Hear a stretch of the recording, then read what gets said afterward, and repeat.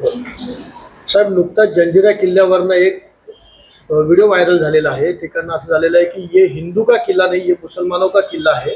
आणि याच्यावरनं आपल्या सह्याद्री प्रतिष्ठाननी मोठं आंदोलन केलेलं आहे आणि पुढे करण्याच्या तयारीत. याबाबत काय सांगा?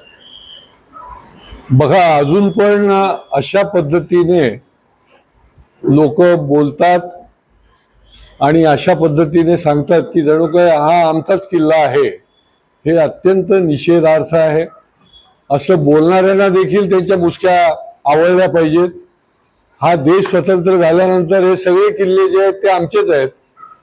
खऱ्या अर्थाने छत्रपती शिवाजी महाराजांनी ज्या पद्धतीने शौर्य आणि पराक्रम दाखवला, त्या पराक्रमाचा इतिहास या किल्ल्यामध्ये आहे. आणि त्याच्यामुळे जर कोणी अशा पद्धतीने बोलत असेल तर त्याला ईट का जवाब पत्थर से द्यायला पाहिजे, अशा प्रकारची परिस्थिती आहे. आणि त्याच्यामुळे जंजिरा किल्ल्याच्या संबंधामध्ये आमच्या सह्याद्री प्रतिष्ठानच्या दुर्गसेवकांनी, शिवभक्तांनी प्रचंड मोठं आंदोलन जे आहे ते त्या ठिकाणी सायन येथे केलं आणि शेकड्यांनी त्या ठिकाणी शिवभक्त होते. सह्याद्री प्रतिष्ठान हे विधायक काम करणारी सर्वात मोठी संघटना आहे दुर्गसेवकांची, की ज्यांनी अनेक महादारवं लावली, अनेक ठिकाणी तोफा ज्या आहेत त्या बनवल्या.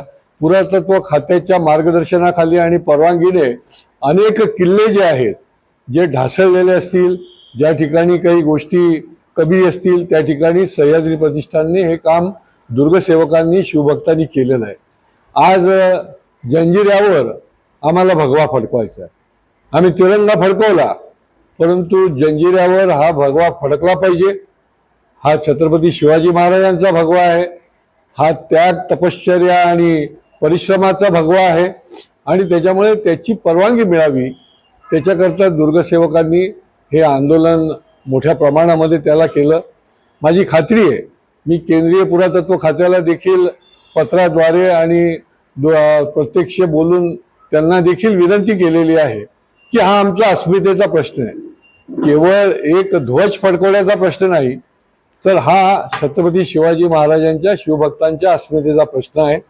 आणि त्याच्यामुळे पुढच्या काळामध्ये देखील जोपर्यंत हा भगवा फडकवण्यासाठी परवानगी मिळत नाही, तोपर्यंत सह्याद्री प्रतिष्ठान आणि अन्य सगळे आमचे शिवभक्त आणि दुर्गसेवक हे त्याचा पाठपुरावा करतील आणि विविध सनदशीर आंदोलनाच्या माध्यमातून त्या ठिकाणी त्या भगवा फडकवल्याशिवाय स्वस्थ बसणार नाही.